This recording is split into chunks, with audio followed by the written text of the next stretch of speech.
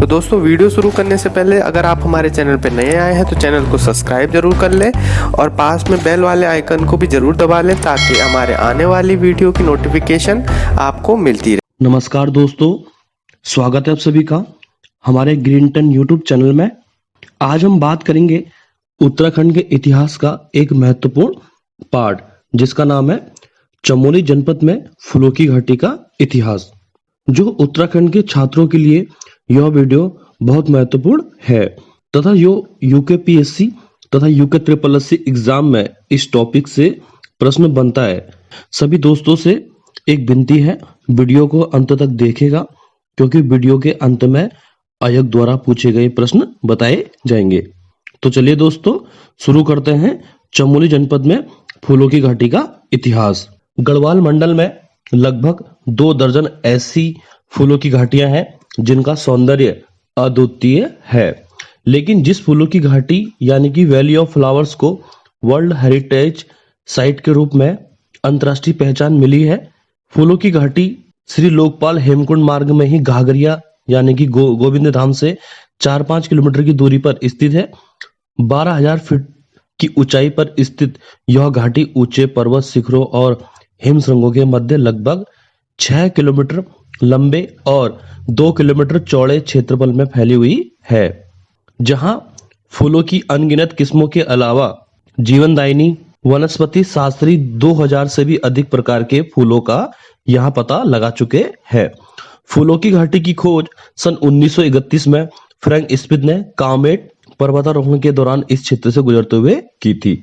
ठीक है, तो फूलों की घाटी की खोज कब की गई थी? 1931 में की गई थी और किसके द्वारा की गई थी? फ्रैंक स्मिथ के द्वारा। तो फ्रैंक स्मिथ जो थे कामेट पर्वतारोहण के दौरान जब वो आए थे तो उन्होंने क्या किया, उस समय फूलों की घाटी की खोज की थी 1931 में। इस घाटी से अत्यंत प्रभावित होकर उन्होंने वैली ऑफ फ्लावर्स नामक पुस्तक लिखी थी। कहने का मतलब यह है कि जब फ्रैंक स्मिथ ने फूलों की घाटी की खोज की थी 1931 में तो तभी उन्होंने यहीं पर एक पुस्तक भी लिखी थी वैली ऑफ फ्लावर्स। आज वही फूलों की घाटी विश्व भर के पर्यटकों का आकर्षण का केंद्र बनी हुई है। इससे पूर्व तक यह घाटी स्थानीय लोगों के विरुवास में आछरियों यानी कि स्वर्ग की परियों का निवास मानी जाती थी। फिर भी निकट के क्षेत्रों के निवासी भेड़ बकरियों चराने वर्षों से यहाँ आया जाया करते थे। कहने का मतलब यह है कि जो चरागाह होते हैं यानी कि जो भेड़ बकरियों को जंगलों में चराते हैं तो वो यहाँ पे मतलब इस फूलों की घाटी के आसपास आते रहते थे। तो उस समय इतना मतलब चर्चित नहीं था यह स्थान। इस घाटी का मुख्य भाग हरी भरी घास, तरह तरह के वनस्पतियों और फूलों से आच्छादित है, जो मध्य जुलाई से मध्य सितंबर तक वनस्पतियां व फूलों से रजा रहता है। कहने का मतलब यह है कि जुलाई से सितंबर के बीच में यहाँ पे जो वनस्पति है और फूलों की जो अच्छी अच्छी पैदावार है वो जुलाई से सितंबर के मध्य में यहाँ पे खिली हुई रहती है। ठीक है, एक तितलियों का भी एक सुंदर संसार यहाँ देखने को मिलता है। सितंबर के उत्तरार्ध में ये फूल समाप्त होने लगते हैं। इस क्षेत्र से दर्शनीय पुष्पों, सुगंधित वनस्पति और औषधियों के निर्माण में काम आने वाली अनेक जड़ी बूटियों की लगभग 4,500 विभिन्न प्रजातियां एकत्र की जा चुकी है। पुष्पावती नदी के बाएं तट से पर्वत शिखर तक पूरा क्षेत्र भोजपत्र के घने जंगल से परिपूर्ण है, जिसमें कस्तूरी मृग, भरल, घुरल आदि हिमालयी पशु पाए जाते हैं। इस घाटी के सौंदर्य को महिमा मंडित करती पुष्पावती नदी किसी कलाकार के स्वप्निल प्रदेश को यहाँ सार्थक करती है। कहने का तात्पर्य यह है कि फूलों की घाटी के समीप कौन सी नदी बहती है? तो पुष्पावती नदी बहती है। और पुष्पावती नदी कहाँ से निकलती है?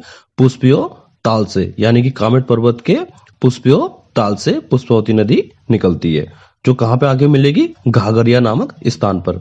सन 1937 में Frank Smith Edinburgh botanical garden की ओर से पुनः फूलों की घाटी आए और थोड़े ही समय में 2,500 किस्म की नई उपजातियां और फूलों के नमूने ढूंढ निकाले थे। तो 1931 में तो फूलों की घाटी की खोज की थी फ्रैंक स्मिथ में, दोबारा या 1937 में आए थे क्योंकि एडिनबरा बॉटनिकल गार्डन में यहाँ से कुछ किस्म पौधे की कुछ प्रजातियों को अपने देश में लेके गए थे। सन 1939 में क्यू बॉटनिकल गार्डन लंदन की ओर से फूलों और वनस्पतियों की विशेषता 54 वर्षीय जॉन मार्गरेट लेक को फूलों के अध्ययन के लिए यहाँ भेजा गया था। ठीक है, तो उसके बाद क्या हुआ, फ्रैंक स्मिथ के बाद एक लेडी आई जिनका नाम था जॉन मार्गरेट लेक। तो 1939 में वो क्यू बॉटनिकल गार्डन लंदन की ओर से फूलों की घाटी में आई थी, तो फूलों के अध्ययन के लिए यहाँ उन्हें भेजा गया था। वह फूलों की घाटी को देखकर इतनी प्रभावित हुई, उन्होंने इस घाटी में फूलों की कुछ प्रजातियां भी एकत्र की। एक दिन चट्टान से फिसलने पर उनकी यहाँ मृत्यु हो गई थी। अब मैं आपको उस टॉपिक के बारे में बताने वाला हूँ जो उत्तराखंड के इतिहास से जुड़ी हुई है और इनसे एग्जाम में प्रश्न पूछा गया है। तो मैं आपको जॉन मार्गरेट लेक का जीवन परिचय बताने वाला हूँ जो एग्जाम की दृष्टि से महत्वपूर्ण है, जो आयोग के द्वारा इस टॉपिक से प्रश्न बनाया गया हाल ही में। जॉन मार्गरेट लेक का जो जन्म हुआ था वो 21 फरवरी 1885 को हुआ था। ठीक है, तो जॉन मार्ग लेक जो थी आपकी लंदन की थी, तो इनका जन्म हुआ था 21 फरवरी 1885 को। इनकी मृत्यु कब हुई थी? 4 जुलाई 1939 को। और मृत्यु स्थान फूलों की घाटी में इनकी मृत्यु हुई थी। और वो कैसे हुई थी? तो 4 जुलाई 1939 को दुर्भाग्यवश फूलों को चूमते हुए एक ढालदार पहाड़ी से फिसलकर इनकी मृत्यु हुई थी। जब इनकी मृत्यु हुई थी तो उनसे पहले यहाँ पे जब ये फूलों की घाटी में जॉन मार्ग लेक जब आई थी तो फूलों की घाटी को देखकर बहुत आकर्षित हुई थी।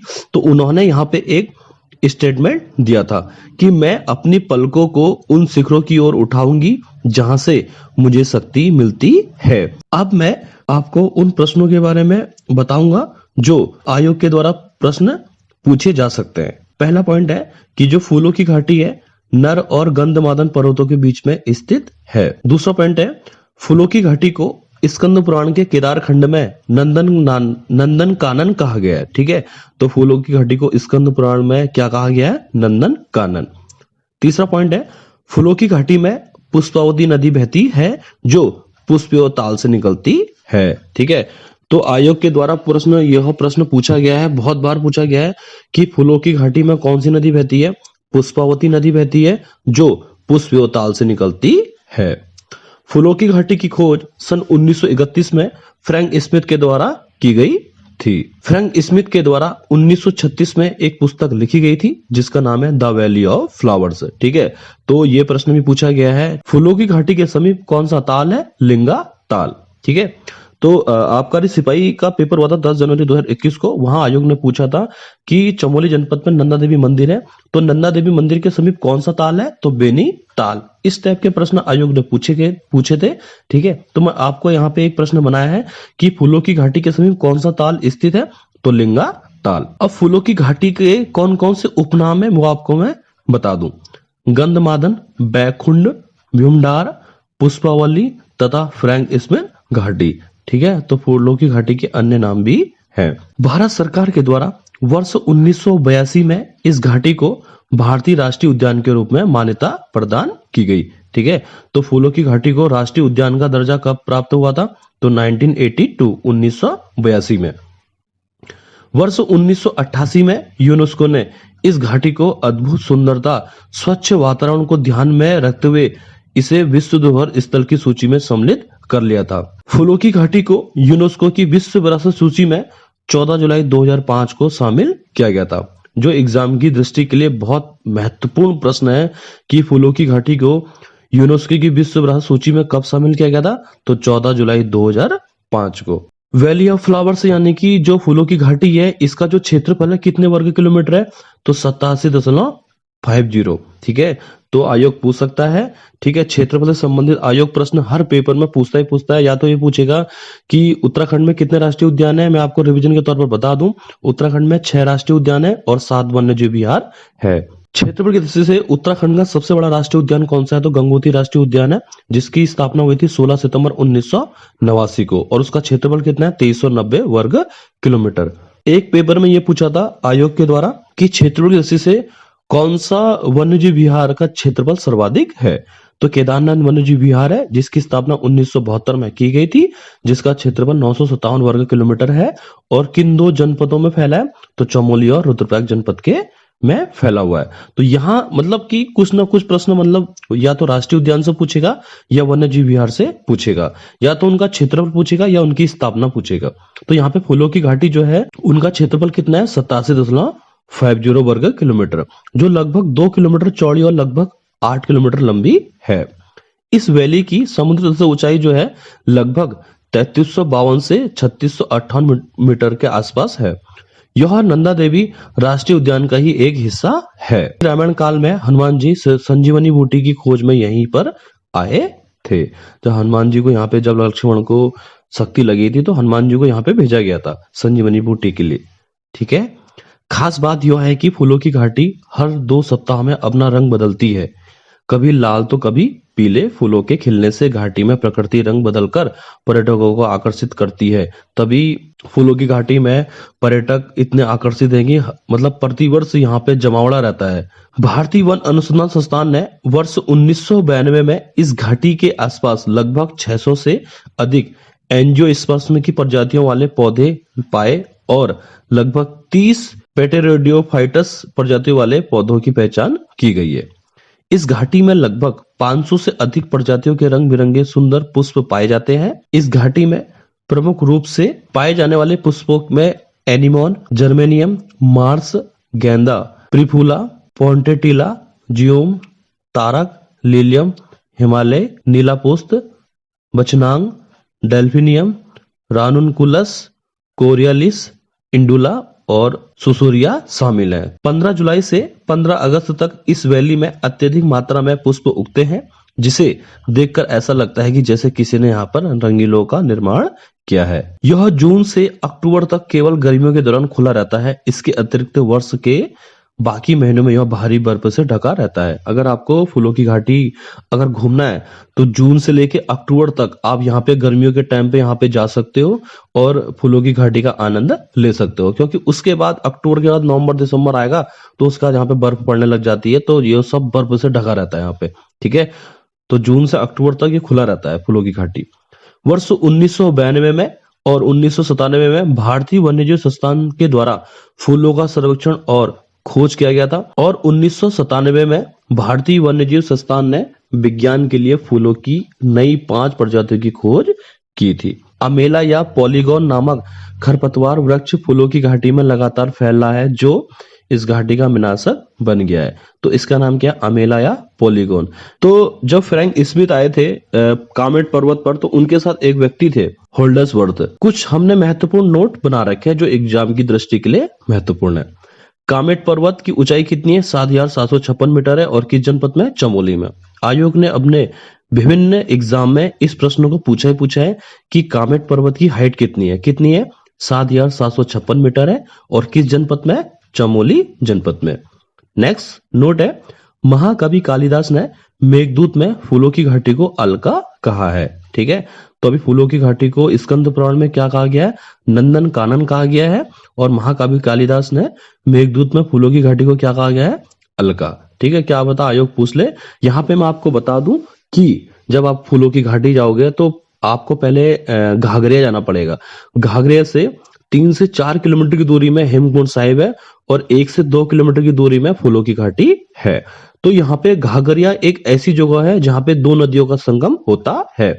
मैं रिवीजन के तौर पर बता दूं जो एग्जाम की दृष्टि के लिए महत्वपूर्ण है कि घाघरिया में 2 नदियों का संगम होता है। एक है आपकी हेमगंगा को ही लक्ष्मण गंगा कहते हैं, तथा दूसरी नदी आपकी पुष्पावती नदी। ठीक है। जो पुष्पावती नदी है जो पुष्पियो ताल से निकलती है और जो कहां पे आगे मिलती है, घाघरिया। तो घाघरिया नामक स्थान पर 2 नदियों का संगम होता है, जो हेमगंगा या लक्ष्मण गंगा तथा पुष्पावती नदी का संगम घाघरिया नामक स्थान पर होता है। एक महत्वपूर्ण नोट है कि फूलों की घाटी प्रसिद्ध रचना किसके द्वारा लिखी गई थी, तो डॉक्टर गिरिराज शाह के द्वारा। बहुत महत्वपूर्ण प्रश्न है कि फूलों की घाटी प्रसिद्ध रचना किसकी है, डॉक्टर गिरिराज शाह के द्वारा यह पुस्तक लिखी गई है। उस प्रश्न के बारे में हम चर्चा करेंगे जो वीडियो और बीपीडीओ के पेपर में पूछे गए थे। ठीक है। तो बहुत महत्वपूर्ण प्रश्न है, बिल्कुल सेम प्रश्न है और सेम ऑप्शन है। ठीक है। जो 5 दिसंबर 2021 को द्वितीय पाली में पूछा गया था, सेकंड शिफ्ट में। प्रश्न है, मैं अपनी आंखें उन पहाड़ियों की ओर उठाऊंगी जहां से मुझे सहायता मिलती है। यह शब्द उत्तराखंड के किस स्थान पर अंकित है? पहला ए ऑप्शन है औली, बी ऑप्शन है चोपता, सी ऑप्शन है फूलों की घाटी और डी ऑप्शन है उपयुक्त में से कोई नहीं। तो इसका सही उत्तर है ऑप्शन सी, फूलों की घाटी। ठीक है, यहाँ पे जो स्टेटमेंट दिया था और किसने दिया था वो मैं रिवीजन के तौर पर आपको पुनः बता दूं। जो 1939 में क्यू बॉटनिकल गार्डन लंदन से एक 54 वर्षीय जॉन मार्ग लेक को यहाँ उत्तराखंड चमोली जनपद में फूलों की घाटी के लिए यहाँ पे भेजा गया था।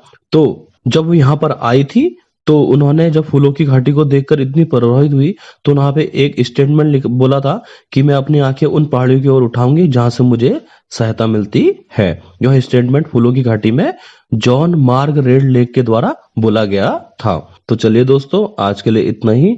तो मिलते हैं नेक्स्ट वीडियो में। जय हिंद, जय भारत।